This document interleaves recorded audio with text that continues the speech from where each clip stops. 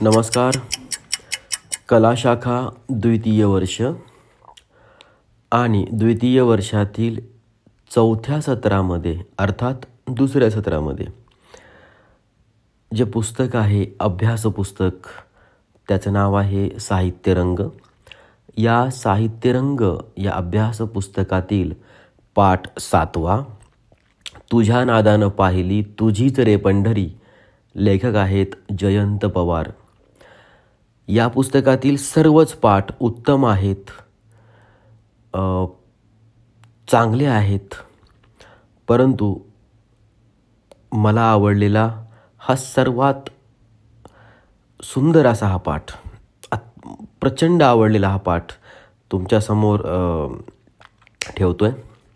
दाजी, मला तुमची आठवण येते, नेहमीच ती यायची, पण आताशा वारंवार येते. एकटा बसलेला असताना तुम्ही आठवता.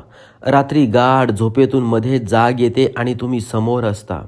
सकाळी उठलो की तुम्ही दिसता किंवा तुमच्याच आठवणे जाग येते. माझ्या गळ्यात तुमची तुळशीची माळ असते. मी काही वारकरी नाही, पण तुम्ही होता. तुमच्या माघारी तुमची आठवण म्हणून मी ती गळ्यात घातली. आताशा माझा हात तिच्यावर वारंवार जातो. डोळे उघडून मी तुमच्याकडे बघत संवाद करत असतो मूकपणे. मी काय बोलत असतो? नवं काहीच नाही. किंबहुना आताच्या जगण्याबद्दल नसतंच ते. जे मी तुमच्याशी तुम्ही असताना बोललो असतो किंवा जे मला तुम्हाला सांगायची इच्छा होती तेच मी बोलत असतो. तुम्ही आज असता तर 100 वर्षांचे असता. तितकं जगणं ह्या काळात आपल्यासारख्याला शक्यच नाही आणि इतकं जगूही नाही. पण तुम्ही गेलातच मुळी आमच्या हिशोबात लवकर. धड 57 वर्षेही पूर्ण झाली नव्हती तुम्हाला. आज 43 वर्षांहून अधिक काळ लोटलाय त्या घटनेला. या एवढ्या काळात जग किती बदलून गेलंय. तुमच्या काळात पायावर उभं असलेलं जग आज डोक्यावर उभं आहे, इतका बदल झालाय. पण माझ्या आतलं जग तसंच आहे. मी भूतकाळात कधी रमलो नाही, कारण चांगल्या आठवणीसोबत नकोशा वाटणाऱ्या आठवणीही आणतो तो. पण माझ्या आतलं जाणीवाचं जग तसंच आहे, ते बदलायला मागत नाही. त्या जगात तुम्ही असता. तुमचा आवाज इतक्या वर्षानंतरही मला तसाच ऐकू येतो. तुम्ही जाण्याच्या आधी तुमचा बहुधा माझ्याशीच संवाद व्हायचा, तोही मध्यरात्रीच्या तोंडावर. जेव्हा मी तुम्हाला घेऊन जायच्या मिलच्या गेटवर आलेलो असायचो आणि मिल ते घर या 10 मिनिटांच्या प्रवासात तुम्ही क्षीण आवाजात माझ्याशी बोलायचात. तुम्हाला मला काही सांगायचं असायचं. त्याच शेवटच्या रात्रीमध्ये कधीतरी तुम्ही रस्त्यात मला म्हणालात, बापू, कधीही काहीही होईल, तू तयार राहा. तुम्हाला मृत्यूची स्पष्ट जाणीव झाली होती. शनिवारची सकाळ होती. 8-8:30 वाजले असतील. मी मामांच्या घरी त्यांच्या पोटमाळ्यावर झोपायचो. त्या दिवशी अनु आणि सुम्या खाली आले होते आणि सांगत होते, दाजी उठत नाहीयेत. दादाला घरी बोलवलंय. मामीनं मला मळ्यावरून खाली बोलवून घेतलं आणि ताबडतोब घरी जायला सांगितलं. अनंत 11 वर्षांचा आणि सुमंत 10. दोघंही एकमेकांच्या सोबतीने आले होते आणि तसेच गेले. मी त्यांच्या पाठोपाठ गेलो. घरात माणसांची गर्दी झाली होती आणि एक विचित्र शांतता. तुम्ही कॉटवर निजला होतात. दोन्ही हात छातीजवळ होते आणि काही जण तुमच्या भोवती बसून तुमचे हात, छाती, पायाचे तळवे चोळत होते. मी तुमच्या पायाशी बसलो आणि तुमचे तळवे हातांनी घासू लागलो. तेवढ्यात भोवती जमलेल्यातला कोणीतरी नतद्रष्ट म्हणाला, आता पाय चोळून काय फायदा आहे? मी त्याच्याकडे जळजळीत कटाक्ष टाकला. थोड्या वेळाने डॉक्टर आले आणि त्याने निर्णायक मत देऊन टाकलं, तुम्ही संपला आहात. मला ते आधीच जाणवलं होतं, पण उगीचच वाटत होतं तुम्ही थोडी हालचाल कराल. पण आता तुम्ही गेला आहात यावर शिक्कामोर्तब झालं. मग टाहो आणि हंबर यांचे आवाज. यशवंत मोठ्याने रडू लागला. तेव्हा तो 14 वर्षांचा. त्याला कळत होतं.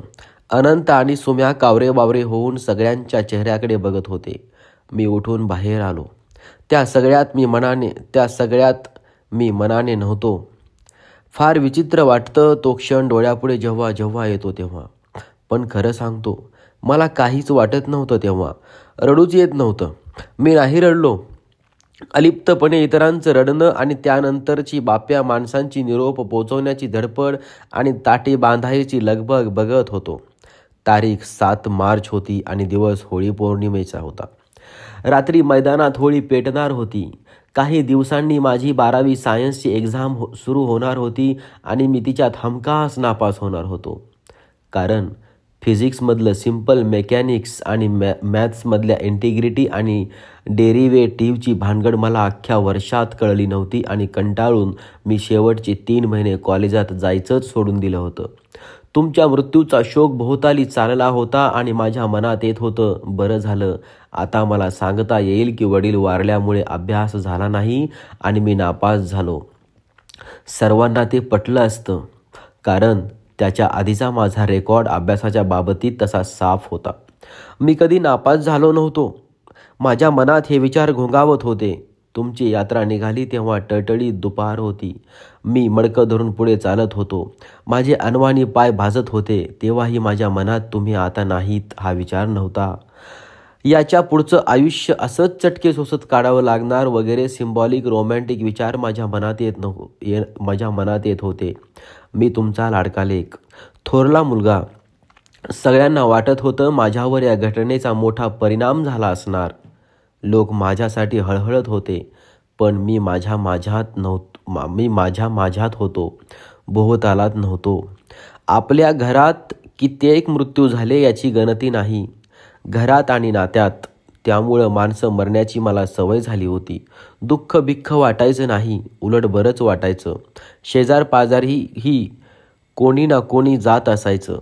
तुमच्या जाण्याचा मला अदमास होता असं म्हणता येईल, कारण त्याआधी 3-4 वर्षातले 2-3 महिने तुम्ही सतत हॉस्पिटलमध्ये ॲडमिट झालेले असायचात, सतत आजारी असायचात. मधुमेहाने तरुणपणीच तुमचं शरीर धरलेलं. तुम्ही स्वतःच घरी आपल्या मांडीत इन्शुलिनची सिरीज खुपसून इंजेक्शन घ्यायचात. हे मी 5-1 वर्षांचा असल्यापासून बघत आलोय. आपल्या हाताने इंजेक्शन घेणारे वडील म्हणून तुम्ही मला भारी वाटायचात. पण पुढे आजारपण नित्याचं झालं. घरीच वस्तीला आलं. तुम्हाला सतत उचकी लागायची. अगदी झोपेतही तुमची उचकी चालूच असायची. कामगार विमा योजनेच्या वरळीच्या हॉस्पिटलमध्ये नाही तर बॉम्बे सेंट्रलच्या नायर हॉस्पिटलमध्ये तुम्ही स्वतः जाऊन ॲडमिट व्हायचात. तुमच्यासाठी थर्मासमध्ये चहा आणि बिस्किटं, फळं घेऊन मी रोज हॉस्पिटलमध्ये यायचो. माई बहुतेक कधीच हॉस्पिटलला तुम्हाला बघायला आल्याचं मला आठवत नाही. माझी वाट बघत तुम्ही बसलेले असायचात का आठवत नाही, पण मी आल्यावर तुम्हाला बरं वाटायचं. त्या काळात आणि तुम्ही गेल्यानंतरच्या अनेक वर्षांच्या घरातल्या वेगवेगळ्या माणसांच्या आजारपणांच्या आठवणीत हॉस्पिटलचा वास माझ्या श्वासात ठासून भरत गेला. तुम्ही हॉस्पिटलमधून घरी आल्यावरही 1-1.5 महिना कामावर जाऊ शकायचा नाहीत. तुमच्या पायांना सूज आलेली असायची.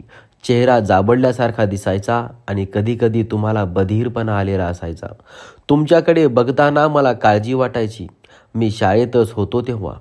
9वी-10वी पासून हे सुरू झालं. मी तुमचे पाय आणि पाठ चेपून द्यायचो. तुम्ही काळजीत पडलेले दिसलात की मला वाटायचं तुम्हाला जोक सांगून हसवावं. शाळेतल्या एका शिक्षकांनी सांगितलेलं डोक्यात होतं की आजारी माणसाचा ताण इतरांनी हलका केला पाहिजे. विनोद वगैरे सांगून त्याला प्रसन्न ठेवलं पाहिजे. मला सतत असं वाटायचं की मी असं काहीतरी करावं ज्यामुळे तुम्हाला बरं वाटेल. तुम्ही बरे झालात की कधीतरी मी साठवलेल्या पैशांतून शिवाजी मंदिराला लागलेल्या नाटकाची बाल्कनीची 2 तिकीटं काढायचो. एक तुमच्यासाठी आणि दुसरं माझ्यासाठी. कारण नाटकाची आवड हा आपल्यातला समान दुवा होता. पूर्वी तुम्ही नाटकात कामं केली होती आणि तीही प्रमुख भूमिकांत. हे तुम्ही मला सांगितलं होतं. तुमचं देखणं भारदस्त व्यक्तिमत्व नाटकाच्या नायकाला साजेसच होतं.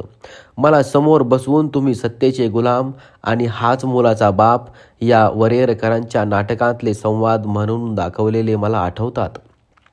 शाहीर साबळे पार्टी आणि बालकराम वरळीकरांच्या कला पथकातले किस्से आणि विनोद तुम्ही मला सांगायचात. मला अगदी लहानपणी दुरितांचे तिमिर जावो हे नाटक तुम्ही शिवाजी मंदिरला नेऊन दाखवलंत. अत्र्याचं प्रीतिसंगम, नाना शिरगोपीकरांचं भाव तोची देव ही नाटकं मी तुमच्याबरोबर बघितली. त्या वयात आपल्या कामगार विभागातली माझ्याबरोबरची मुलं गणेशोत्सवात होणारी नाटकं सोडून इतर नाटकं सहसा बघत नसत. मी बघायचो. तुमच्यामुळे पुढे सगळं सुटलं. पैशाची ओढाताण होती, आजारपण होतंच, शिवाय प्रापंचिक कटकटी होत्या. मुलांची आजारपणं होती. आम्हा 5ही भावंडांच्या वेगवेगळ्या आजारांनी तुम्हाला जेरीला आणलं होतं. तुम्ही कधी कधी कावून जायचात, उगाचच संतापायचात. संताप तुमच्या स्वभावात नव्हता, पण परिस्थिती संताप आणणारी होती. त्याला तुमचा इलाज नव्हता. ह्या सगळ्यांचा माझ्या अबोध मनावर कुठेतरी परिणाम होत असला पाहिजे. म्हणूनच मला वाटायचं की दाजींना बरं वाटेल असं आपण काहीतरी केलं पाहिजे. मी नाटकाची तिकीटे काढून आणलेली तुम्हाला सांगायचो. नाटकाचा प्रयोग रात्री 8:30 वाजताचा असायचा. त्या दिवसांत तुम्हाला मिलमध्ये कायम रात्रपाळी होती. तुमच्या आजारपणात तुमच्यावर कामाचा भार पडू नये म्हणून मिलमधल्या तुमच्या वरिष्ठांनी मुद्दामच सोयीची सेकंड शिफ्ट तुम्हाला दिली होती.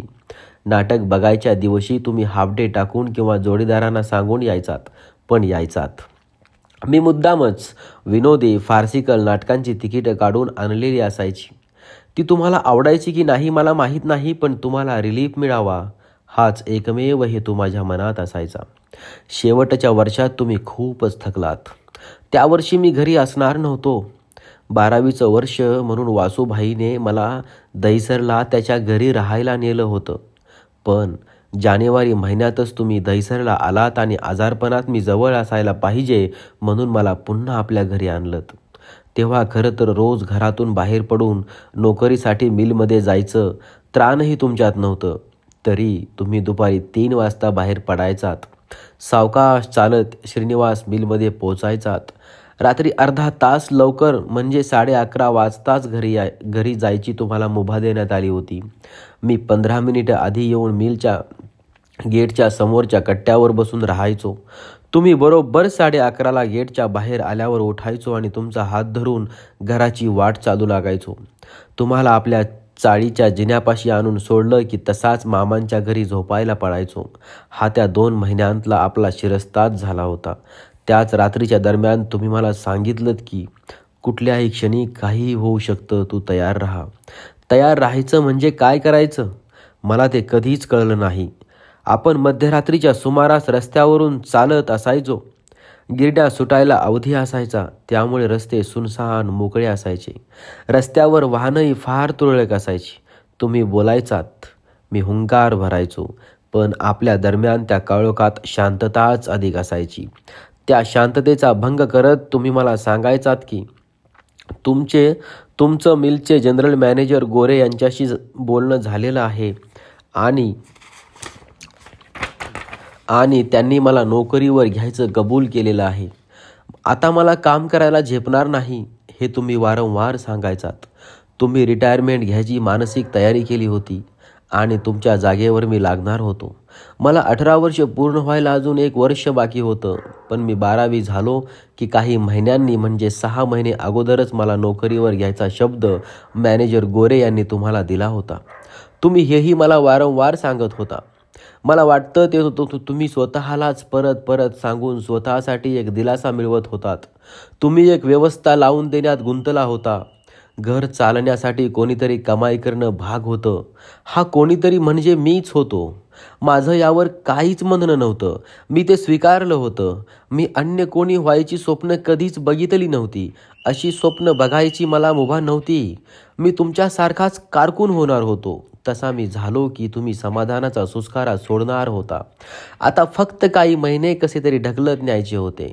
तुम्ही तुमचं मरण स्वीकारलेलं होतं. फक्त ते काही काळ लांबावं एवढीच तुमची इच्छा होती. तुम्ही थकला होता. सगळ्यांची ओझी वाहून तुमचे खांदे झिजले होते. तुम्ही म्हातारे दिसायला लागला होता.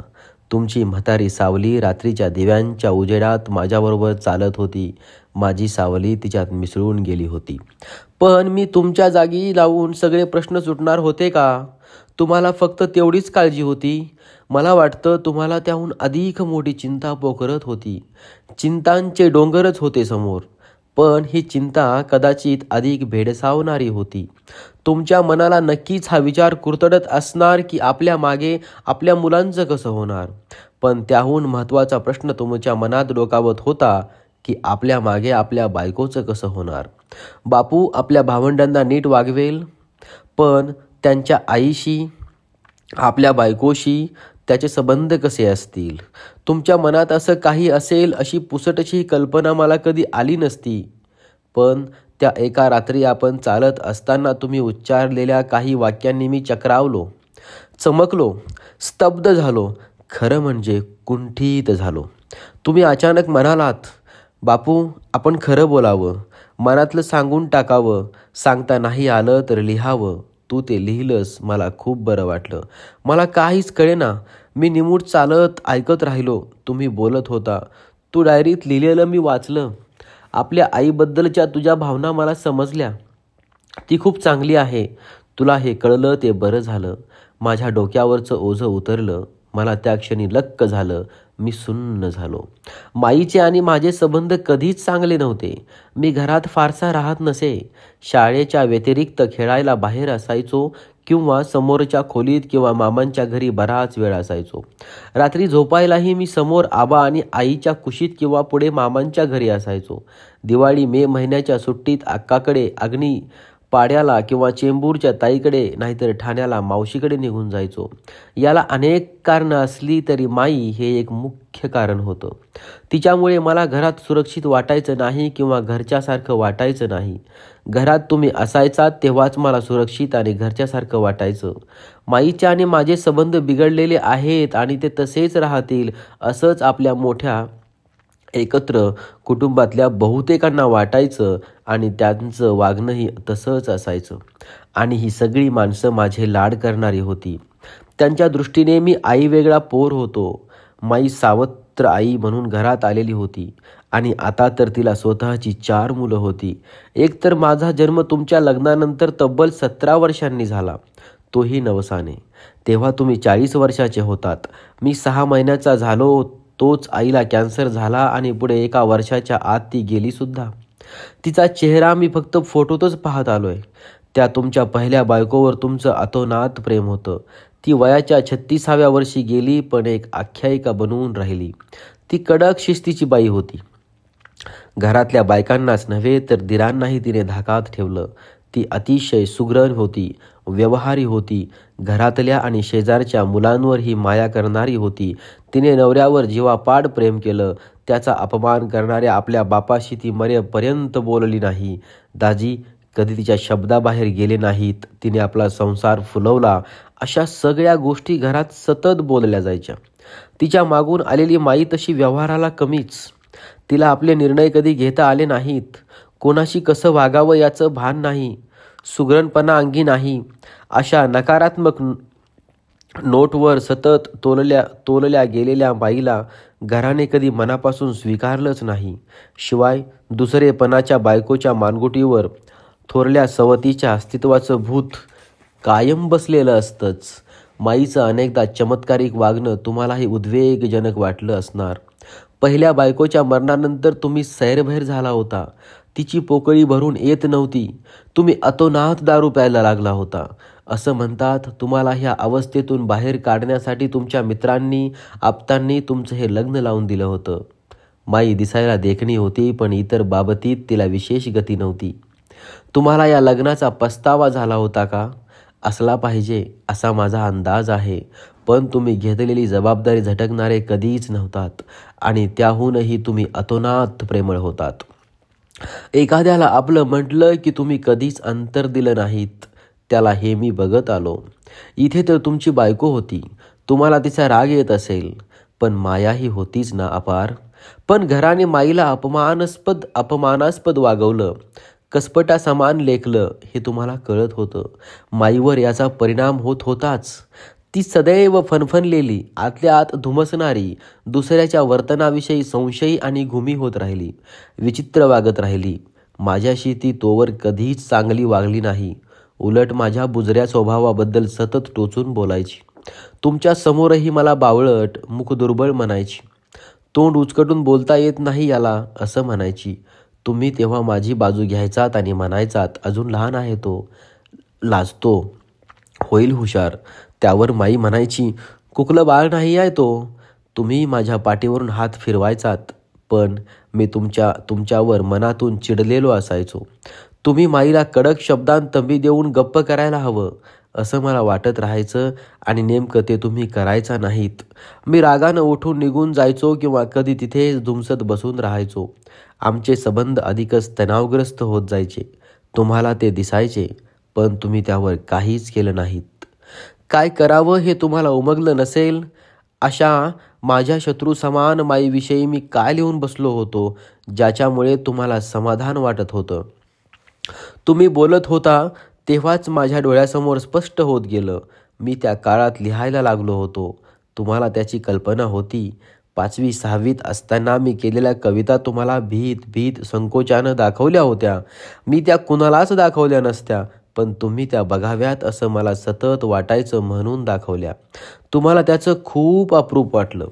त्यानंतर मात्र मी काही तुम्हाला दाखवलं नाही. मध्ये 5-1 वर्ष गेली होती.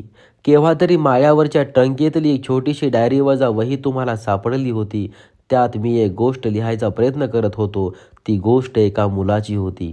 मी प्रथम पुरुषी निवेदनात ती लिहित होतो. त्यात मी अशी कल्पना केली होती की त्या मुलाला सावत्राई आहे.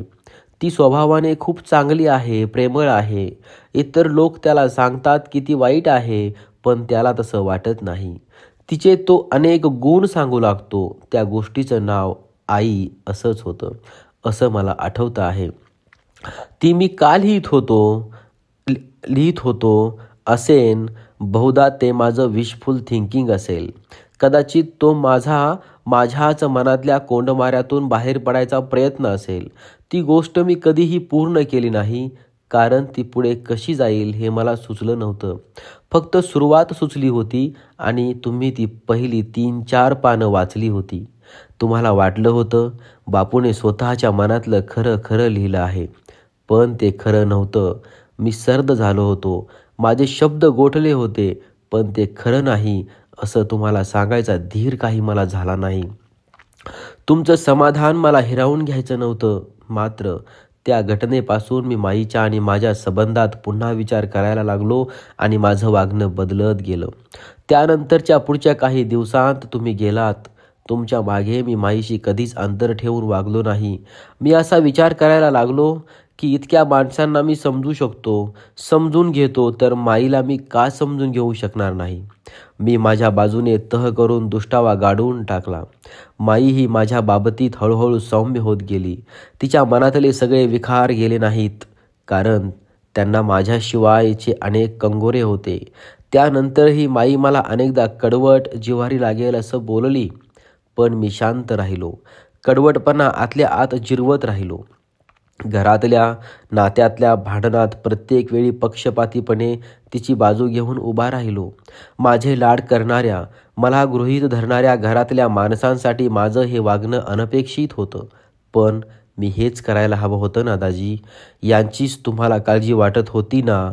तुम्ही कधी माझ्या स्वप्नात आला असता तर मला तुम्हाला हे सांगायचं होतं, पण तुम्ही माझ्या स्वप्नात येतच नव्हता. माईचा फार पुढे माझ्यावर विश्वास बसू लागला. तिच्या मनातला मायेचा एक कोपरा माझ्यासाठीही आहे हे मला कळू लागलं. तिला प्रेम व्यक्त मात्र करता यायचं नाही हे मी तुम्हाला काय सांगणार, पण आपल्या सख्या मुलावरही तिने मनसोक्त प्रेम केलं आहे असं मला कधी जाणवलं नाही. तिला यशवंत आणि सुमंत विषयी इतरांपेक्षा अधिक आस्था वाटायची. धाकटी बयो तुमची सर्वात लाडकी. तुम्हा 5 भावंडात अक्का जशी सगळ्यात धाकटी आणि तुमची लाडकी तशीच. आम्हा 5 भावंडात बयो सगळ्यात धाकटी आणि लाडकी. अक्काला तुम्ही सगळे बयो म्हणत, म्हणून आपल्या मुलीचं नाव रोहिणी ठेवूनही तुम्ही तिला मायेने बयोच म्हणायचात. अनंत मात्र कोणाचाच लाडका नव्हता. अगदी आपल्या आजीचाही नातवंडाकडे बघायला तुम्ही माईच्या आईला वसईहून घेऊन आलात आणि तिने ती जबाबदारी चांगली पार पाडली. पण तिनेही अनुचा राग केला. तुमची अनुवर माया होती, पण सुमंत सारखा आजारी पडायला लागल्यावर त्याच्याहून मोठ्या अनंतकडे तुमचं थोडं दुर्लक्षच झालं. या चौघांचाही माझ्यावर मात्र कायम विश्वास बसत आला आणि चौघही मला सख्या भावंडापेक्षा अधिक वाटत आली. मी अधिक म्हणतो त्याचं हे कारण आहे की अख्ख्या घरात माझ्या वाट्याला विशेष वागणूक आली, खास प्रेम आलं. तसं या चौघांच्या वाट्याला कधीच आलं नाही. उलट माईची पोरं म्हणून बारीक राग होता. मला हे खूप लहान असल्यापासून जाणवायचं आणि अपराधी वाटायचं. मला खास वागणूक नको होती. मला माझ्या इतकंच प्रेम माझ्या लहान भावंडांवर सर्वांनी करायला हवं होतं. तसं व्हायचं नाही तेव्हा माझं मन कडू होऊन जायचं. ही कायम कुरतडणारी बोच मला कुणाला सांगताही आली नसती. किमान आता तरी मला ती तुम्हाला सांगू दे. तुम्ही आम्हा मुलांना खरेदीला न्यायचात तेव्हा यशवंत हट्ट करायचा. तुम्ही अनंत सुमंतसाठी काही घ्यायचात आणि मला काय हवंय विचारायचात तेव्हा मी काही नको म्हणत असे. तुम्ही जे घ्याल ते मी मान्य करत असे. त्यावर माझं काही म्हणणं नसायचं. तुम्ही म्हणायचात बापू समजूतदार आहे, शहाणा आहे, तो अजिबात हट्ट करत नाही, मुलांनी असं असावं. खरं तर ते खरं नव्हतं. मी मन मारायचो आणि दुकानातली आवडलेली गोष्ट तुम्हाला कधीही बोलून दाखवायचो नाही. याची 2 कारणं होती. एक म्हणजे तुम्ही आपल्या इतर मुलांसाठी त्यांच्या मनासारखी खरेदी करावी, त्यांचे अधिक लाड करावेत असं वाटायचं. पण दुसरं कारण हे होतं की तुमच्या नजरेत मला शहाणा समजूतदार असंच राहायचं होतं. तुम्ही माझ्याविषयी सतत चांगलं बोललेलं मला हवं असायचं. मला उबदार वाटायचं. त्यासाठी हे चांगलं असण्याचं ओझं मी सतत वागवत आलो. हे खरं नव्हतं, पण माझ्या खऱ्या नसलेल्या गोष्टीच माझ्यासाठी सत्य बनून गेल्या होत्या. समजूतदारपणाची अवघड झूल सांभाळत तुमचा संसार मी माझा केला आणि तो निभावता निभावता मी तुम्ही होऊन गेलो. कठीणच होतं ते सगळं. अनेक भ्रमनिरास अपेक्षाभंग वाट्याला आले. मन मारावं लागलं आणि स्वतःला वाकवावंही लागलं. माझ्या बाबतीतही इतरांच्या वाट्याला असाच अनुभव आला असणार. ही तक्रार नाही, पण यामुळेच तुम्ही अखेरच्या काळात किती खडतर परिस्थितीतून जात होता याची मला कल्पना आली. ही जबाबदारी पेलताना मला तिचा अजिबात पस्तावा झाला नाही. उलट ती नीट कशी निभवावी हाच माझ्यापुढे प्रश्न होता. 4ही भावंडांचा माझ्यावरचा अतोनात विश्वास ही एकमेव पुंजी माझ्या गाठीशी होती. एका अर्थाने ते बळही होतं. त्यामुळे चालत राहिलो. पण कधीतरी एकटेपण अचानक अंगावर चाल करून येईल. त्यावेळी माझं अवसान गळून जाई. तुम्ही गेल्यावर कित्येक महिन्यांनंतर एकदा घरात असताना अचानक रडू फुटलं. त्याला काहीही कारण नव्हतं. घरात कोणीच नव्हतं. ते रिकामं पण मला खायला उठलं आणि तेव्हा पहिल्यांदा तुम्ही मला टाकून गेल्याची भावना झाली. आयुष्य खडतर असलं तरी माणसं जोवर त्याचा भाग असतात तोवर ते समरसतेने जगत, त्यात आपली वाट शोधत त्या वाटेवरचे अकल्पित आनंद आणि ऊर्जा मिळवत असतात. माझ्या अशा काही वाटा मी निर्माण केल्या होत्या, पण मला कायम अप्रूप वाटत आलं ते तुम्ही स्वतःसाठी निर्माण केलेल्या वाटेचं. त्या वाटेवर विठ्ठल होता. जेव्हा तो तुम्हाला सापडला तेव्हा तुम्ही त्याच्या नादात दंग झालात. तुमच्या आयुष्यातला शेवटच्या 10 वर्षांचा तो काळ होता. त्या काळात तुम्ही सर्वाधिक प्रेम हाडामासांच्या माणसांपेक्षा विठ्ठलावर केलंत. त्याच्या भोवती जमलेल्या संतांच्या गोतावळ्यावर केलंत. त्यांच्यात राहून तुम्ही आमच्यावर प्रेम करत होता. तुकारामाने जशी विठ्ठलभक्ती करता करता संसार केला तसे तुम्ही संसारात होतात. असोनी संसारी जीवे वेगू करी अशी तुमची अवस्था होती. तुमच्या विठ्ठलाने तुमच्या आयुष्याचा लंबक असा काही एका टोकावरून दुसऱ्या टोकावर नेऊन ठेवला होता की तुम्हाला ओळखणाऱ्या माणसाला तो चमत्कारच वाटावा. तुम्ही जगण्यातल्या सगळ्या गोष्टींमध्ये मनमुराद रस घेणारे होता. रसिक होता. कलावंत म्हणून वावरला होता. तुमच्या मित्रांचा गोतावळा मोठा होता. गावात तुमचं प्रस्थ होतं आणि आपण राहायचो त्या कामगार विभागात तुमच्याविषयी आदर दाखवणारे लोक पदोपदी होते. तुम्ही मित्रांबरोबर दूर दूर सहलीला जायचात तेव्हा शोभेच्या किमती वस्तू हौसेने आणायचात. तुमचे उलनचे सूट, पॉलिश केलेले बूट, सोन्याची बटणं असलेले मलमलची सदरे आणि अत्तरांचे शौक हे सारं आपल्या अवतीभोवती राहणाऱ्या कामगारांच्या जगण्यात अगदी नजरेत भरेल इतकं वेगळं होतं. तुम्हाला औषधांची गरज औषधांची बरीच माहिती होती. माझ्या कल्पनेप्रमाणे तुम्ही प्रथमोपचाराचा एक कोर्सही केला होता आणि अख्ख्या चाळीत फर्स्ट एडचा बॉक्स फक्त आपल्या घरात होता. वर्तमानपत्र फक्त आपल्या घरात येई. सागवानी केसमध्ये ठेवलेला मर्फीचा भला मोठा रेडिओ चाळीत फक्त आपल्याकडे होता. तुम्ही होमगार्डमध्ये होतात. जेव्हा सरकारी आदेश येई तेव्हा युनिफॉर्म घालून तुम्ही निघायचात. 71च्या युद्धाच्या वेळी सिव्हिल सर्व्हिससाठी तुम्ही जीपमधून गेलेले आम्ही सर्वांनी पाहिलंय. तुमची होमगार्डची कॅप, हिरव्या रंगाचा गणवेश, त्यावरचे चमकणारे बॅज, जाड सुती मोजे, पितळी बक्कल असलेला पट्टा आणि चकाकती शिसवी काठी आपल्या मोठ्या लाकडी कपाटात वरच्या फळीवर ठेवलेली असे. तिथे पितळी पट्ट्याला आणि बुटांना पॉलिश करण्याच्या वेगवेगळ्या डब्या असत. हँगरला लटकावलेले तुमचे सूट आणि टाय असत. तुम्ही कपाट उघडताना तुमच्या मागोमाग येऊन मी आत पाहत बसे, कारण एकट्या मला ते अवाढव्य कपाट कधीच उघडता येत नसे. तुमचा असा ऐटबाज तालेवार वावर तुम्हाला कामगार वस्तीत वेगळेपण देत होता. पण यामुळे हे भोवतालचे साधे लोक तुम्हाला बिचकून राहिले असं कधी झालं नाही. याचं कारण तुमचं अंतःकरण या लोकांसाठी सदैव खुलं होतं. कोणीही यावं, आपली अडचण सांगावी आणि ती तुम्ही स्वतःचीच असल्याप्रमाणे तिचं निराकरण करावं असा अनुभव प्रत्येकाला येत गेला. ज्याने हात पसरला त्याला तुम्ही कधी विनमुख पाठवलं नाही. कोणी काही वस्तू मागितली आणि तुम्ही दिली नाहीत असं सहसा झालं नाही. कोणाच्या घरी लग्न असलं की ते तुमच्याकडून काही रक्कम मिळेल या आशेने आलेले असायचे. कोणाला पोलिसांनी पकडून नेलं की त्याच्या घरच्यांना आधी तुमची आठवण यायची. तुम्ही कोणी लोकल पुढारी नव्हता, पण लोकांना जामिनावर सोडवून आणण्यासाठी तुम्हीच हवे असायचात.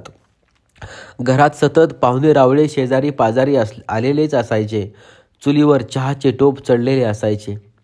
घरी आलेल्यांशी गप्पा मारताना हाताची मूठ करत तर्जनी आणि मधलं बोट यांच्यात पकडून तुम्ही कॅव्हेंडर सिगारेट खोल झुरके देत ओढायचात, तेव्हा तुमच्या बोटातल्या गुरु आणि पुष्याचे खडे असलेल्या सोन्याच्या अंगठ्या चमकायच्या.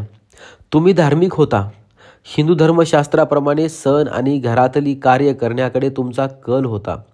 तुम्ही काही ब्राह्मण नव्हता, तरी तुमच्या गळ्यात जानवं होतं. तुम्हाला माझी मुंज करायची होती. घरातल्या मेलेल्या माणसांची अंत्यकार्य तुम्ही नाशिकला तीर्थक्षेत्री जाऊन केलीत. बरेचदा त्यावेळी मी तुमच्यासोबत असायचो. आम्हा सगळ्यांना तुम्ही त्र्यंबकेश्वरला 3दा घेऊन गेलात. अहल्येची शिळा, गौतम ऋषींचा आश्रम, भगीरथाने जिथून गंगा आणली ती जागा, या प्रत्येक ठिकाणी आम्हा मुलांना थांबवून तुम्ही त्या कथा सांगायचात. तुम्ही काशी, प्रयाग, मथुरा अशा तीर्थस्थळी अनेकदा जाऊन आलेले असायचात. तुम्ही नेमाने पूजा करायचात. मोरीत अंघोळ करतानाही ती शास्त्रोक्त पद्धतीने कशी करायची हे तुम्ही मला त्वायार्धम मयार्धम म्हणत अर्ध्या तांब्या प्रथम डाव्या मग उजव्या खांद्यावर घेऊन त्यानंतर दुसरा तांब्या पूर्ण मस्तकावर रिता करत अनेकदा दाखवला आहे. स्नान करताना महापातकांचा नाश करणारं पंचकन्यांचं स्मरण, मग सप्त चिरंजीवांना नमन, त्यानंतर सर्व पीठांचं नामस्मरण, मग नारायण नमस्कृत्य नरंचैव नरोत्तमम आदी संस्कृत श्लोकांचं स्पष्ट शब्दोच्चारात लयबद्ध उच्चारण असं सारं तुमचं सागर संगीत चालायचं. तरीही तुम्ही देवदेव करणारे नव्हतात. सगळ्या बाबींमध्ये तुम्हाला आस्था होती. सगळ्याचा मनसोक्त आनंद आणि आस्वाद तुम्ही घेत होता. संसार सुखात अखंड बुडून गेला होतात. मग अचानक तुम्हाला या भवसागरातून बाहेर काढून परमार्थाकडे लोटत घेऊन जाणारा विठ्ठल आला कधी आणि कसा? विरक्तीने तुमचा कब्जा कसा घेतला? मला हे सतत कोडं पडत राहिलं. त्याचं उत्तर मागण्यासाठी तुम्ही समोर नव्हताच. विचारणार कोणाला? ज्यांना विचारावं असे कोणी उरलेच नाहीत. आणि ते तरी काय सांगणार होते? त्यांचे स्वतःचे प्रश्न वेगळे होते. तुमच्या आयुष्याला कलाटणी कशी मिळाली याच्याशी कुणाला काय देणं घेणं होतं? तुम्ही व्यसनी जुगारी होऊन आपल्या संसाराचा नाश केला असतात तर कदाचित त्यांना हा प्रश्न पडला असता. पण तुम्ही तर पंढरीच्या वाटेवरचे प्रवासी झाला होतात. मग मीच माझ्या बुद्धीने याचं उत्तर शोधत गेलो. तर्क लढवला. तो सत्याच्या जवळ घेऊन जाणारा असावा अशी माझी ठाम समजूत आहे. तो खरा असेल नसेल, पण सत्य तर हेच होतं, तुम्ही विरक्त झाला होता. तुम्हाला पहिल्यांदा पंढरपूरला घेऊन जाणारे शंकरराव मोरे नावाचे गृहस्थ आपल्या घरी येत.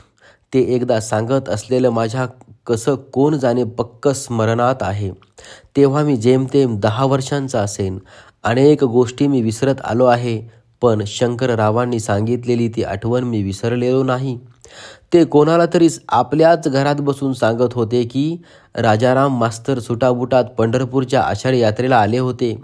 ते चंद्रभागेच्या वाळवंटात उतरले आणि तिथला सगळा वारकऱ्यांचा देखावा बघून एकदम हरखून गेले. त्यांच्या डोळ्यांना धारा लागल्या. त्यांना काय वाटलं काय माहीत. त्यांनी पायातले दोन्ही बूट काढून हातात घेतले. त्यानंतर 2 दिवस ते तिथे बूट हातात घेऊन आमच्याबरोबर फिरत होते. मला वाटतं हाच तुमच्या आयुष्याला कलाटणी देणारा क्षण होता. तुम्हाला साक्षात्कार झाल्यासारखा एक अपराध भाव ग्रासून गेला. चोहो बाजूनी वैष्णवांचा बेधुंद होत अनवाणी पायाने नाचणारा गाणारा प्रचंड मोठा मेळा बघून तुम्हाला आपल्या सुटाबुटाची लाज वाटली असली पाहिजे. विठ्ठलाच्या नादाने देहभान हरपून त्याच्या नामाचा गजर करीत स्वतःला त्याच्या रूपात विलीन करणाऱ्या ह्या मंडळींसमोर आपण हे आपलं शहरीपण पांढरपेशेपण सांभाळायचा करंटेपणा का करतो आहोत, असा प्रश्न तुम्हाला पडला आणि तत्काळ तुम्ही पायातले बूट काढून हातात घेतलेत. भक्तीचा अपार आनंद लुटणाऱ्या वारकऱ्यांचं बेभान होणं थोर आहे. त्या आनंदापुढं आपलं भौतिक सुख कसपटासमान आहे याचा साक्षात्कार तुम्हाला झाला आणि तुम्ही बदललात. पंढरपुराहून परतलेले तुम्ही नक्कीच पहिले राहिला नव्हतात. परमसुखाचा एक असा मार्ग अवचितपणे तुमच्यासमोर उलगडला होता, ज्यावरून तुम्ही मनाने कधीच चालत निघाला होता आणि आता कधीही परतून मागे फिरणार नव्हता. संतांचे संगती मनोमार्ग गती, आकळावा श्रीपती येणे पंथे, हे सूत्र तिथेच तुम्हाला गवसलं. तुम्ही सुखात नव्हता का? तुमची छान चोखीची राहणी पाहून कुणालाही असा प्रश्न पडला नसता. पण तुम्ही आतून रिते झाला होतात आणि बाह्य सुखांनी ते रिते पण भरून येत नव्हतं. तुम्ही जिच्यावर अपरंपार प्रेम केलं ती तुमची बायको अचानक तुम्हाला सोडून गेली होती. मृत्यू तुम्ही पाहिले होते, पण त्याचं इतकं जवळून घडलेलं दर्शन तुम्हाला पेलवलं नाही. आपलं आत्यंतिक जवळचं माणूस काळाने अचानक ओढून नेल्यावर येणारं एकाकीपण कसं निभावून न्यायचं? त्याच्या नसतेपणाचा खडा जिथे जिथे आडवा येत राहिला तर कुठवर पळायचं? तुम्ही दारूत स्वतःला बुडवून पाहिलत, मग दुसरं लग्न करून एकटेपण संपवून पाहिलत. दुसऱ्या लग्नाने तुमची शरीराची गरज भागवली, पण मनाचं काय? पैशाने वस्तू विकत घेता येतात आणि घर भरता येतं, पण मन भरता येत नाही. म्हणून तुम्ही तीर्थाटन करत राहिलात, पण त्यातून मिळालेलं सुख सहलींपेक्षा अधिक नसणार. बायकोच्या मरणाने आणि मग यशवंत नंतर झालेल्या तान्ह्या मुलीच्या मृत्यूने झालेली नश्वरतेची जाणीव तुम्हाला अधिकाधिक ग्रासत गेली का हो? आणि मग कधीतरी तुम्ही आषाढीच्या वारीला पंढरपुरी गेलात आणि तिथे तुमच्या जाणीवे नेणिवेत अलौकिक सुखाची ठिणगी पडली. जणू सगळ्याच प्रश्नांची उत्तरं मिळाली. मला त्यानंतरचा तुमचा प्रवास थक्क करतो दाजी. मला त्यानंतरचा तुमचा प्रवास थक्क करतो दाजी. पंढरीच्या त्या पहिल्या अनुभवाने तुम्ही एक नेमाने वारी करणारे वारकरी झाला असतात तर मला फारसं आश्चर्य वाटलं नसतं. असं आपलं आनंद निधान मिळवणारे अनेक जण असतात, पण तुम्ही केवळ बदललेला नव्हतात तर झपाटून गेला होतात. विठ्ठल नावाच्या भूतानं तुमचं झाड पकडलं होतं. हे भूत ज्या ज्या संतांना ग्रासलं त्या सगळ्यांचा तुम्ही डोळस माग घेत गेलात. बघता बघता आपल्या पोटमाळ्यावरच्या ट्रंकेत ज्ञानेश्वरांची भावार्थ दीपिका, तुकाराम महाराजांची अभंग गाथा, नामदेव गाथा, सकळ संत गाथा, एकनाथी भागवत, एकनाथांचं रामायण, हरिविजय असे ग्रंथ जमा होऊ लागले. नुसते जमा झाले नाहीत तर तुम्ही ऑफिसहून घरी आलात की दर संध्याकाळी त्यांची पारायणं करू लागलात. आम्हा मुलांना समोर बसवून त्या ग्रंथातले अभंग ओव्यांचे अर्थ सांगत त्याचं निरूपण करू लागलात. बाकीचे लहान होते. बहुतेक वेळेला मीच तुमच्या समोर असायचो. मला तरी काय कळायचं तेव्हा. पण तुम्ही एकनाथांनी लिहिलेल्या भावार्थ रामायणाचं पठण करत, त्याला समांतर गोष्टीरूप चित्र उभं करत, त्यातली सगळी कांडं कथन केलेली मला आठवतात. हे सगळे ग्रंथ तुम्ही पैसे खर्चून विकत घेत होतात. सवलतीच्या दरातली त्यांची मागणी नोंदवीत होतात. हे ग्रंथ पोस्टाने यायचे. चकचकीत लॅमिनेशनच्या आवरणाखालची त्याच्या मुखपृष्ठांवरची चित्र मला खूप आवडायची. ज्ञानेश्वर माऊली तुम्हाला परमप्रिय आणि प्रातस्मरणीय. ज्ञानेश्वरीच्या 3 गलेलठ्ठ प्रती आपल्या घरात होत्या. सरकारी गणेश रामचंद्र मोघ्यांनी तयार केलेली आणि नाना महाराज साखरे यांची. त्यातले पाठभेद तुम्ही तपासायचात. ज्ञानेश्वरीची पारायणही तुम्ही सर्वात जास्त केलीत.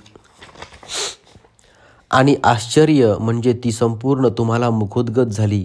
संत साहित्याचा अभ्यास आणि त्यावर चर्चा करणारं तुमचं एक सर्कल होतं. लालबागला इन्कम टॅक्स ऑफिसच्या समोरच्या गल्लीत राहणाऱ्या वराडकर गुरुजींच्या घरी सगळे आठवड्यातून एकदा जमायचात आणि अभंगांचा, संत चारित्र्याचा, त्यांच्या साहित्यातल्या कूट प्रश्नांचा अभ्यास करायचात.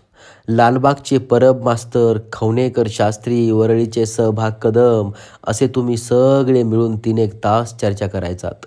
या सर्वात तुम्ही लहान, इतरांचा अभ्यास आणि तर्कबुद्धी विलक्षण. पण या सगळ्यांना मागे सोडून तुम्ही अचाट गतीने कधी पुढे निघून गेलात हे त्यांनाही कळलं नाही.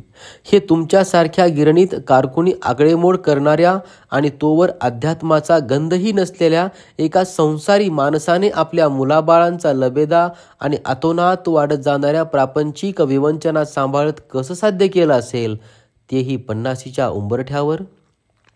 तुम्ही हे फार कष्टाने साध्य केलं हे मला माहिती आहे. तेव्हा मला यातलं फारसं कळत नव्हतं आणि ह्या कष्टाचं मोल ठरवण्या इतकी बुद्धी नव्हती. तरी मी हे सांगू शकतो की हे काहीतरी अचाट होतं.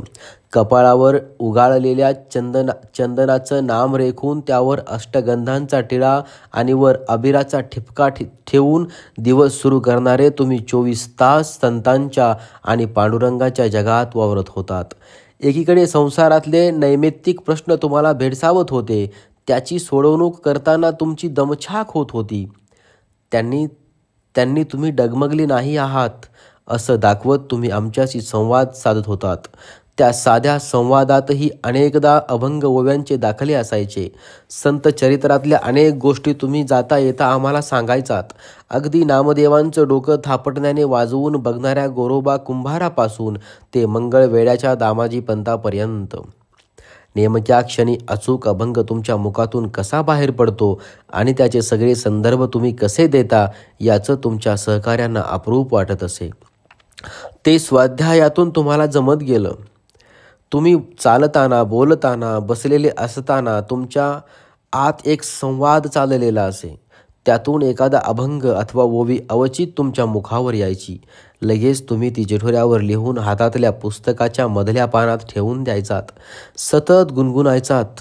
मला अनेकदा तुम्ही तुमच्या स्टडी सर्कलमध्ये आणि विठ्ठल मंदिरातल्या कीर्तनांना नेलेलं आहे. रस्त्याने चालतानाही तुम्ही अभंग गुणगुणत असायचात हे मी ऐकलेलं आहे. वेगवेगळ्या नामांकित ह भ प महाराजांची कीर्तनं, प्रवचनं ऐकून तुम्ही त्यावर मनन केलं. तुम्ही पद्धतशीरपणे कीर्तनकार म्हणून स्वतःला घडवत नेलत.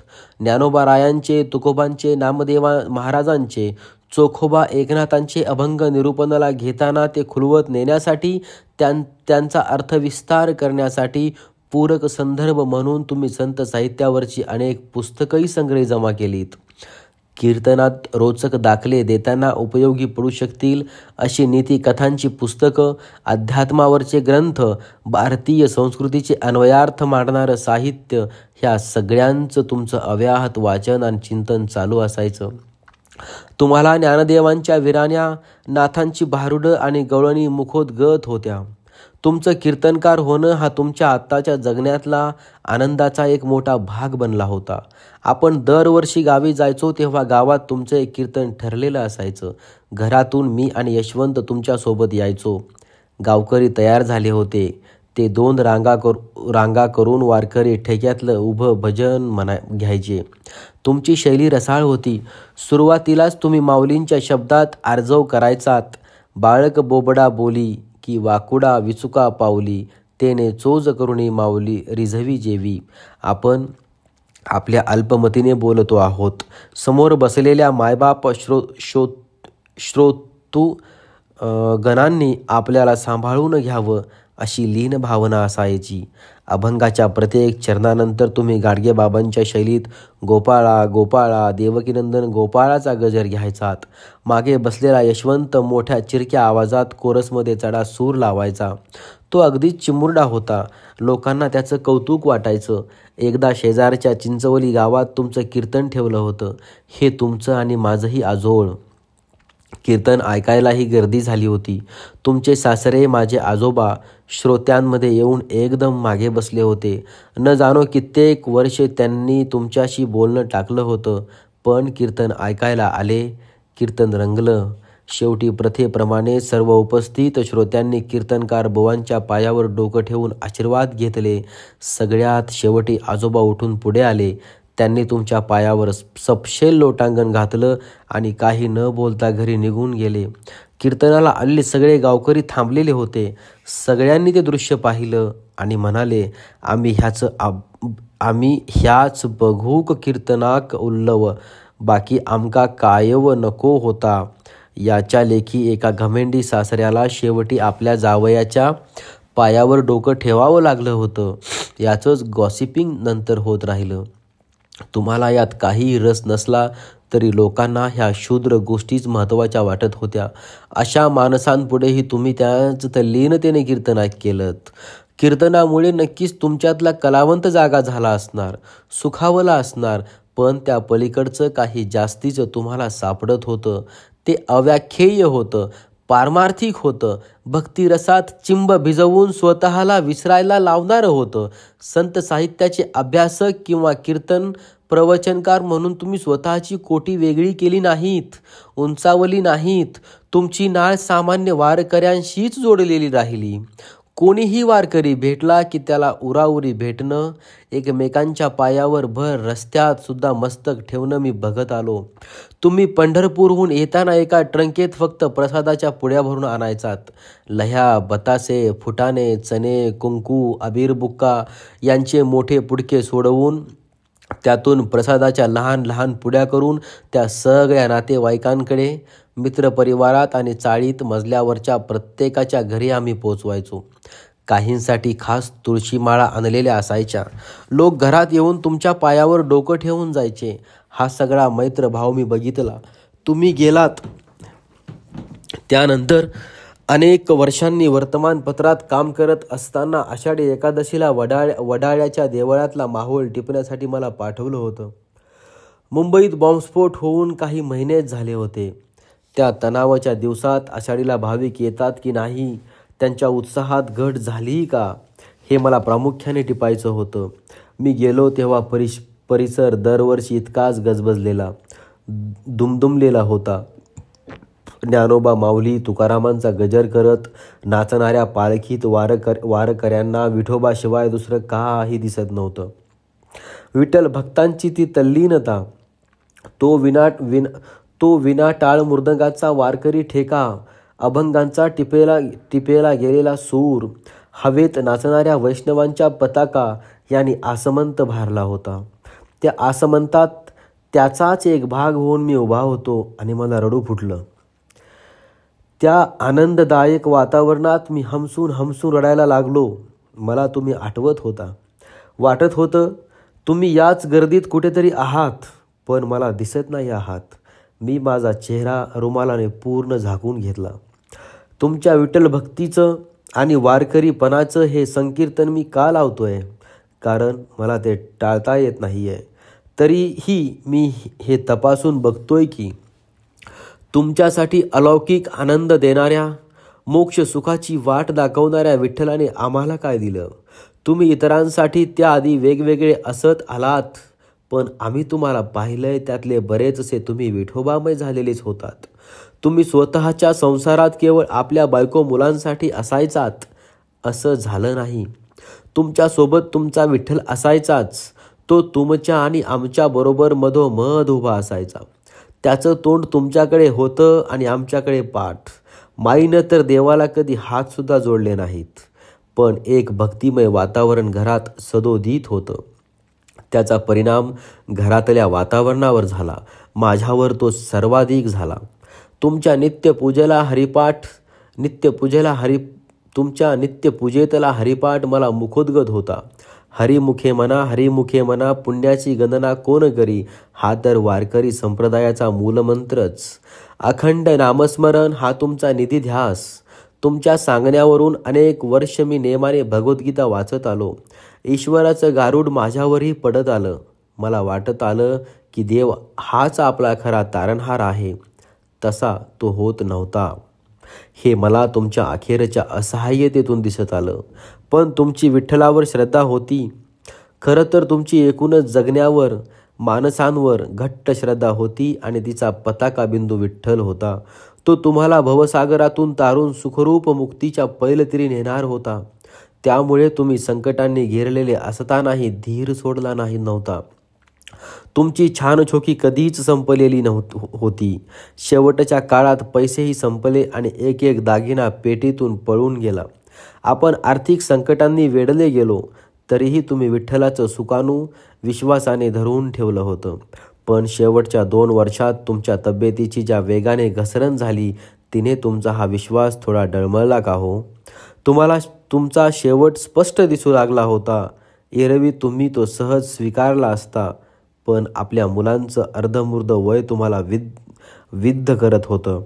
तुम्हाला संसाराची घडी बसवून द्यायची होती. एक साधारणशी व्यवस्था लावून द्यायची होती आणि मग निरोप घ्यायचा होता. त्यासाठी तुम्ही विठ्ठलाची मनधरणी करत होता. तुम्हाला फक्त आणखी काही महिने हवे होते, एवढीच तुमची त्याच्याकडे मागणी होती. पण त्याने ती ऐकली नाही. त्याने तुम्हाला फसवलंच म्हणायचं. पण फसवणूक कबूल करायला तुम्हीच नव्हता. तुमच्या माघारी मी अध्यात्माच्या गुहेत अडकलो. आत जात राहिलो. तुमचाच प्रभाव होता तो. तुम्ही माझे आयडॉल होता. तुमच्या मृत्यूनंतर संध्याकाळचा मी घरात कॉटवर एकटाच बसून असायचो. माई ओट्यावर काम करत असायची आणि इथे मी ट्रंकेतली तुमची अध्यात्माची पुस्तकं काढून समोर ठेवलेली असायची. घरातली ट्यूबलाईट संपली होती. नवी आणण्या इतका हुरूप उरलेला नव्हता. बल्बच्या उदास प्रकाशात मी एक एक पुस्तक घेऊन वाचायचो.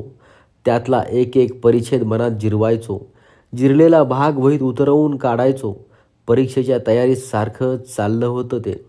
शरीराची नश्वरता, आत्म्याची अमर्त्यता, जीवनाची क्षुद्रता, अर्थशून्य संसाराचा मोह यांच्यात मी भोवंडू लागलो. एक परमतत्व सोडून काहीच खरं नाही या भावनेनं मला ग्रासलं. हे सगळं काही महिने चालू होतं. ते असंच चालत राहिलं असतं तर मी कुठल्या धारेला लागलो असतो मला ठाऊक नाही. पण यातून मी कधीतरी बाहेर आलो. पटकन नाही, वेळ लागला. मी मिलमध्ये नोकरीला लागल्यावरही काही वर्ष अध्यात्माचा विळखा माझ्याभोवती होता. पहिली मिल सुटल्यानंतर न्यू हिंदू टेक्स्टाईल या दुसऱ्या मिलमध्ये मी नोकरीला लागलो. तेव्हा सेकंड शिफ्टला बोर कटारिया नावाच्या माझ्या सुपरवायझर सहकार्याशी माझ्या रात्रभर अध्यात्मावर चर्चा चालायच्या. त्यात केव्हा तरी जे कृष्णमूर्ती आणि रजनीश आले आणि प्रभाव गाजवू लागले. हे सगळं कसं संपलं हे मला आता आठवत नाही. दिबा मोकाशींच्या देव चालले या कादंबरीतल्या 4 भावांच्या कुटुंबातला जो सर्वात धाकटा भाऊ आहे ना, तो अध्यात्माच्या वाटेने निघालेला असतो. पण तितकाच संसारातही असतो. केव्हा तरी अचानक घरी आलेल्या संन्यासी काकाविषयी त्याला आकर्षण वाटायला लागतं. एके रात्री संन्यासी काका सनकीत उठून जसा आला तसा घरातून निघून जातो. त्याच्या मागून हा धाकटा ओढल्यासारखा निघतो. पण काका झपाझप चालत पुढे निघून गेलेला असतो. असं एक वळण येतं जिथे 2 रस्ते फुटलेले असतात. त्यापैकी काका कुठल्या वाटेने गेले हे धाकट्याला कळत नाही. तो एकदा या वाटेने काही पावलं पुढे जातो आणि परत येतो. मग त्या वाटेने काही पावलं चालत जातो आणि परत येतो. संभ्रमित होऊन काही क्षण तिथेच घुटमळतो. शेवटी घरी परत येऊन झोपतो. माझी नेमकी तशी अवस्था झाली. मी तुम्ही माझ्यासाठी मागे ठेवलेल्या संसारात परत आलो. तुम्ही विठ्ठल भक्तीला लागल्यानंतर तुमचा पूर्वीचा धार्मिकपणा खूप कमी झाला. कर्मकांडांचा आग्रह नाहीसा झाला. माझ्या बाबतीत धर्माचा प्रभाव कधीच राहिला नाही. मी कर्मकांडात अडकलो नाही. मी धार्मिक पद्धतीने लग्न केलं नाही, नोंदणी पद्धतीनं केलं. ते तुम्हाला आवडलं असतं का? मला वाटतं तुम्ही एकदा सांगून बघितलं असतं आणि नंतर विरोध केला नसता. तुमच्या सुनेचे संध्याचे विचार परंपरेला छेद देणारे, प्रश्न करणारे आहेत आणि नात सई तर तिच्या पोरवयापासून पूर्णपणे नास्तिक आहे. तुम्ही याकडे कसं बघितलं असतं? मला खात्री आहे तुम्ही या दोघींनाही मायेनं पोटाशी धरलं असतं. आपली मतं दुसऱ्यावर न लादता त्याला आहे तसं स्वीकारण्याचा तुमचा स्वभाव होता. म्हणूनच तर सगळ्यांचा तुमच्यावर अपार विश्वास होता. तुम्हाला वाटत होतं मी देवधर्म पाळणारा मुलगा होईन, पण विधी आणि क्रियाक्रमात अडकलेला धर्म माझ्या जाणीवेतून निघून गेला होता. पण विश्वर गेला नाही, तो माझ्या अवतीभोवतीच राहिला. पण माझं त्याच्याशी एक संशयास्पद नातं तयार झालं. मी हात जोडले, पण तो मदतीला येणार नाही अशी खुणगाठ बांधून. तुमचा तुकोबा म्हणालाच होता ना, देव आहे ऐसी वदवावी वाणी, नाही ऐसा मनी अनुभवावा. तशी माझी वृत्ती झाली. त्यात तुमचा विठ्ठलही होता. तुम्ही गेलात तेव्हा 56 वर्षांचे होतात. मला वाटत होतं मीही तेवढ्या वर्षांचा झाल्यावर मरेन, पण तसं झालं नाही. मी थोडा पुढे निघून आलो. तुमच्या सोबतची 17 वर्ष आणि तुमच्या अभावातली 43 वर्ष असा मी तुमच्या सोबतीनेच चालतो आहे. तुम्ही थकला होता तसा मीही थकलो आहे. पण तुमचं थकत जाणं मला भव्य वाटतं आणि माझं थकत जाणं शुद्रत्वाच्या जाणीवेतून आलेलं वाटतं. तुम्ही एवढ्या छोट्या काळात एकाच जन्मात अनेक जन्म जगलात. तितकी विविधता सुदैवानं आणि दुर्दैवानं माझ्या वाट्याला आली नाही. अनेक बाबतीत दुर्भिक्ष असलेल्या कोकणातल्या एका मागास खेड्यात जन्माला येऊन शेतीत राबून तरण्या वयात पोटासाठी तुम्ही मुंबई गाठलीत. तुमच्या आधी थोरले आबा आणि अण्णा मुंबईत आलेले होते, पण तुम्हाला शहरात आल्यावर अंग मेहनतीची पडतील ती कामं करावीच लागली. अगदी रस्त्यावर खडी टाकण्याचं कामही तुम्ही केलं होतं. पण तुम्ही ही कामं करत शिकलात आणि स्वतःला उभं करत आपल्या थोरल्या आणि धाकट्या भावंडांनाही हात दिलात. मी तुमच्या मागे तुमचा संसार केला आणि मग स्वतःचाही संसार केला.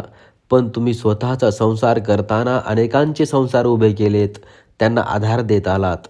तुम्हा 4 भावांपैकी 3घांचं एकमेकांशी पटलं नाही, पण मुंबईत 4घांना एकत्र बांधून ठेवणारे तुम्हीच होतात.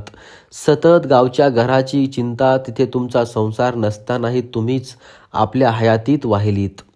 मला मामा आणि मामी म्हणायचे, अक्का आणि बाबा दाजीला लुटतायत, त्याला कळत नाही. पण मला तसं कधीही वाटलं नाही. आपल्या धाकट्या भावंडांना तुम्ही वेळोवेळी मदत केली असली तरी ती स्वतःच्याच मर्जीने केलीत ना. त्याबद्दल कधीही तक्रार करताना वा नाईलाजाचा सूर आळवताना मी तर तुम्हाला पाहिलं नाही. कधीच चकारही तुम्ही कोणाला केलेल्या मदतीबद्दल काढला नाहीत, कारण तो तुमच्या समाधानाचा भाग होता.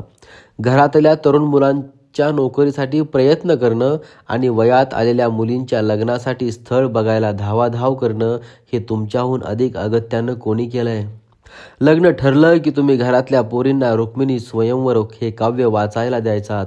आपल्याला आपल्या प्रियकर कृष्णाने पळवून नेण्यासाठी रुक्मिणीने लिहिलेलं पत्र वाचून विवाहाबद्दलचा उदात्त रोमॅन्टिक भाव मुलीमध्ये जागावा असं काहीच तुम्हाला वाटत असलं पाहिजे. शिवाय फक्त घरापुरतंच नाही तर तुमच्या मित्रांचे परिवार, तुमच्याकडे आशेने येणारे गरीब कामगार, गावाहून येणारी तरुण मुलं यांच्यासाठीही तुम्ही मदतीला तत्पर असायचात. ह्यात तुमचा कोणी गैरफायदा घेतला नाही. तुमची फसवणूक झालीच नाही असं अजिबात झालं नाही. तसे प्रसंगही आले, पण एका प्रमाणाबाहेर तुम्ही ते मनाला लावून घेतले नाहीत.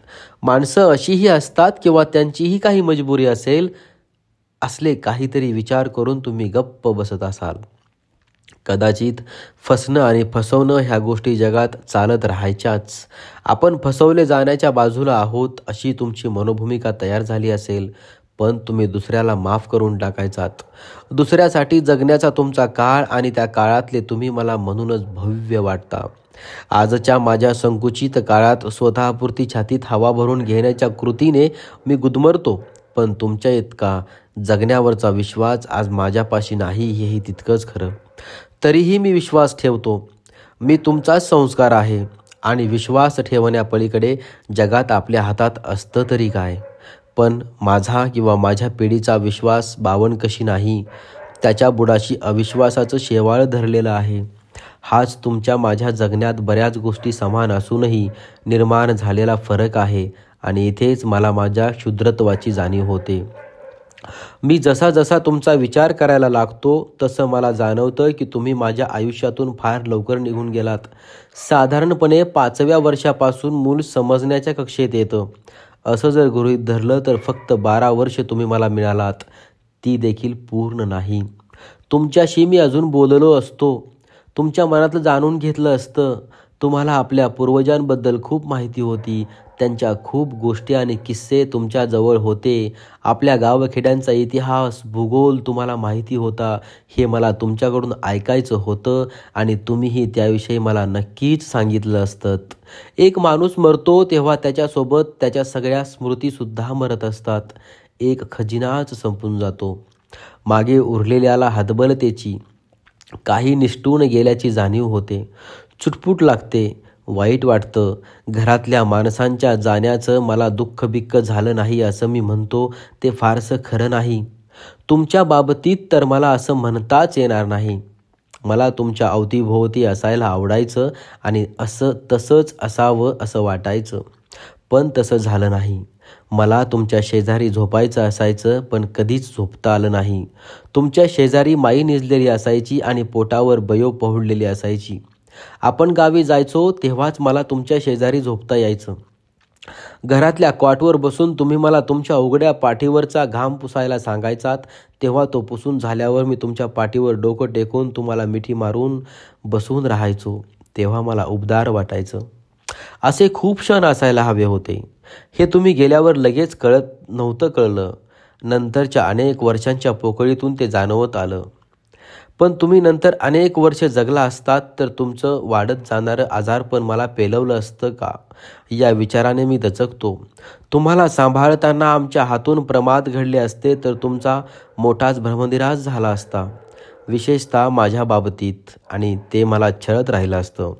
तुमचा मी भ्रमनिरास केल्याच्या 2 दुखऱ्या आठवणी माझ्या मनातून जाता जात नाहीत. कधी काळी झालेल्या खोल जखमांच्या वर्णासारख्या त्या मला दिसत राहतात. मी 10-11 वर्षांचा असताना कधीतरी तुम्ही मला गोष्टी सांगण्याच्या स्पर्धेला मोठ्या हौसेने घेऊन गेला होतात. चिंच पोकळीला साने गुरुजी कथावाचन मालेतर्फे ही स्पर्धा भरवण्यात आली होती. त्याच्या आदल्या दिवशी तुम्ही मला निवृत्ती, ज्ञानेश्वर, सोपान, मुक्ताई यांच्या संबंधातली एक गोष्ट सांगितली होती. ती अगदी वेगळी होती आणि सहसा कोणी ऐकलेली नसावी अशी होती. तुम्ही माझ्याकडून तयारी करून घेतली होती, पण प्रत्यक्ष स्पर्धेत मी ती सांगितलीच नाही. त्या स्पर्धेत मुलं उठून स्टेजवर जाऊन गोष्टी सांगत होती. कोणाचीही नावनोंदणी केलेली नव्हती. मुलांनी येऊन आपलं नाव सांगून गोष्ट ऐकवायची असं चाललं होतं. तुम्ही मला सतत सांगत होतात, बापू चल उठ जा, पण मी जमिनीला पाय खिळल्यासारखा बसून राहिलो. तुम्ही परत परत मला सांगत होतात, पण मी बसूनच राहिलो. स्पर्धा संपली. तुम्ही संतापला होतात. रस्त्याने परत येताना तुम्ही म्हणालात, तू अवसानघातकी पोर आहेस, आणि नंतर घरी येईपर्यंत एक शब्दही बोलला नाहीत. मी गोष्ट सांगितली नाही यापेक्षा तुम्ही दुःखी झालात या विचाराने मी काळवंडून गेलो होतो. मला काही सुचत नव्हतं आणि रडूही येत नव्हतं. दुसरी आठवण पुढे मी 7वीत असतानाची आहे. तुमचे मित्र वराटकर गुरुजी त्यांच्या लालबागच्या घरी गणित आणि इंग्रजीची शिकवणी घेत. 5-6 मुलं असायची. त्यांच्याच सूचनेवरून तुम्ही मला त्यांच्याकडे पाठवलं. राजारामचा मुलगा म्हणून ते माझी फीसुद्धा घेत नसत. काही महिने गेल्यावर मी त्या शिकवणीला कंटाळलो आणि जायचं बंद केलं. म्हणजे शिकवणीसाठी घरातून बाहेर पडायचो, पण तिथे जायचो मात्र नाही. 2 तास रस्त्यातच भटकत राहायचो. मी अनेक महिने शिकवणीला येत नाही हे कधीतरी वराटकर गुरुजींकडून तुम्हाला कळलं आणि तुम्हाला धक्का बसला. घरी आल्यावर आपल्या दुसऱ्या खोलीत तुम्ही मला एका बाजूला घेतलंत आणि म्हणालात, तू गुरुजींकडे जात नाहीस. तू असं करशील असं मला कधी वाटलं नव्हतं. तू फसवलंस मला. मला तोंड दाखवायला जिथे जागा नव्हती. तुम्ही संतापला नव्हता, घायाळ झाला होता. आणि तुमच्या त्या तेवढ्या शब्दांनीही मी शर्मिंदा झालो होतो. मला शिकवणी आवडत नाही हे सांगायचं बळ माझ्यात नव्हतं आणि मी शिकवणी बुडवलेली तुम्हाला कधीतरी कळेल असा विचारच माझ्या मनात आला नव्हता. माझ्या पायाखालची जमीनच सरकली. माझ्या अतिप्रिय माणसाचा मी दुसऱ्यांदा अवसान घात केला होता. मला तुम्हाला सतत खुश ठेवायचं होतं, पण नेमकं दुःख देऊन बसलो होतो. तुम्ही अनेक भ्रमनिरास पचवले असतील, पण माझ्याकडून झालेला अपेक्षाभंग तुमच्यावर मी लागला असणार याची मला पूर्ण कल्पना होती. ह्या 2 आठवणी आजतागायत माझ्या मनातून गेल्या नाहीत. त्या जेव्हा आठवतात तेव्हा मी मनातून तुमची क्षमा मागतो, पण त्या क्षणी मात्र मी क्षमेचा पुसटचाही उच्चार केला नव्हता. मी घराची भावंडांची जबाबदारी तर नीट पाडली का असा प्रश्न मला पडतो. त्याचं समाधानकारक उत्तर माझ्यापाशी नाही.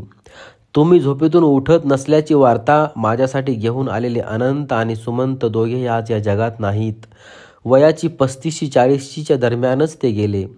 त्यांना आयुष्यात काही करता आलं नाही. खरं म्हणजे आपलं आयुष्य घडवता आलं नाही असं म्हटलं पाहिजे. पण आयुष्य घडवण्यासाठी पूरक परिस्थितीचा आधार इतरांनी निर्माण करावा लागतो. तो मला करता आला नाही. ते तरुण होते तेव्हा मीही तरुणच होतो.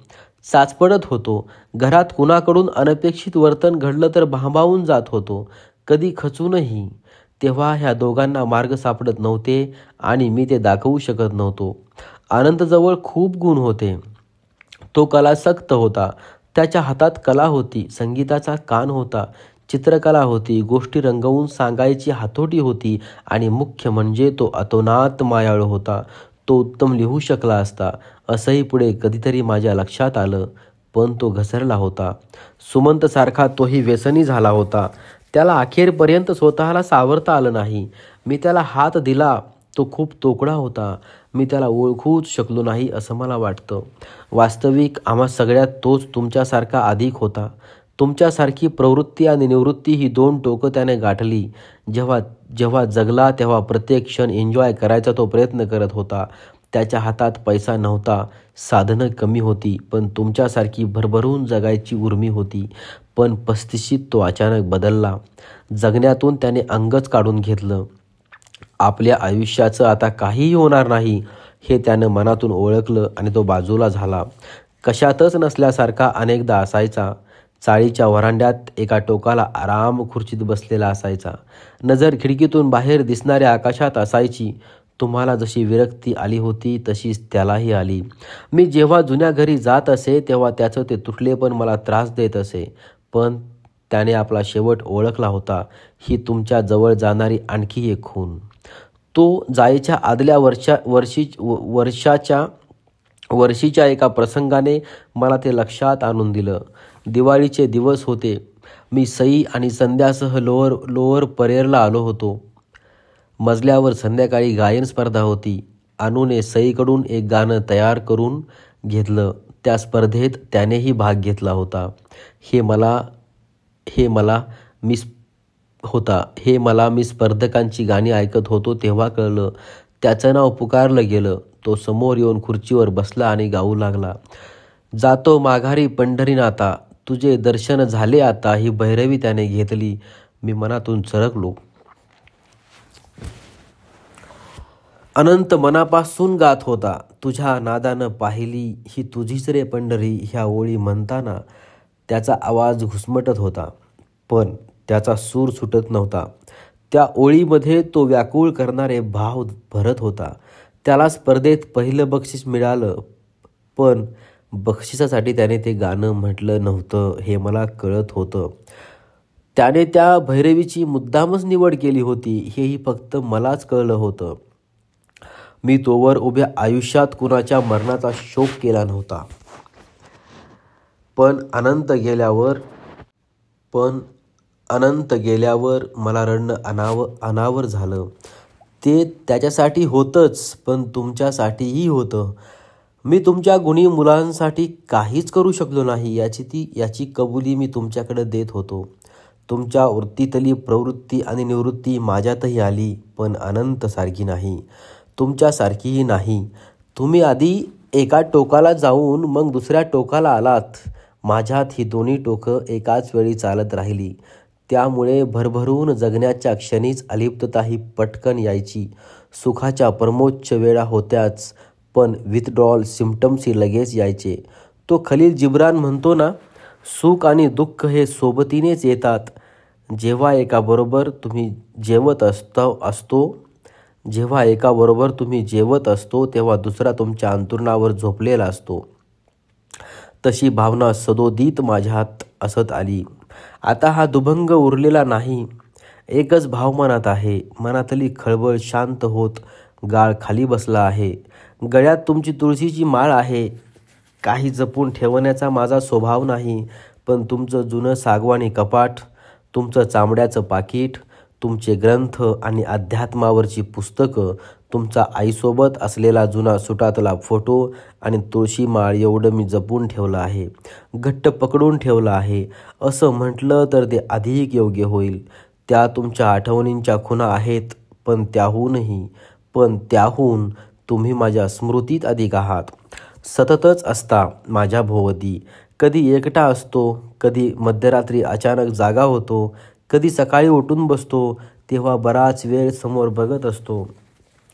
समोर पुस्तकांचं कपाट असतं. खिडकीतून बाहेर बघतो तेव्हा आकाश असतं, पण मला पुस्तकांचं कपाट किंवा आकाश दिसत नाही. मी आणि ते यांच्यामध्ये हवा असते. त्या हवेत तुम्ही असता. त्या तुमच्याकडे मी बघत असतो. तुम्ही झोपलेले असता आणि तुमच्या छातीवर विठ्ठल डोकं टेकून पहुडलेला असतो. मी कितीतरी वेळ तुमच्याकडे बघत बसतो, बोलत राहतो आणि मग सावकाश डोळे मिटू लागतात.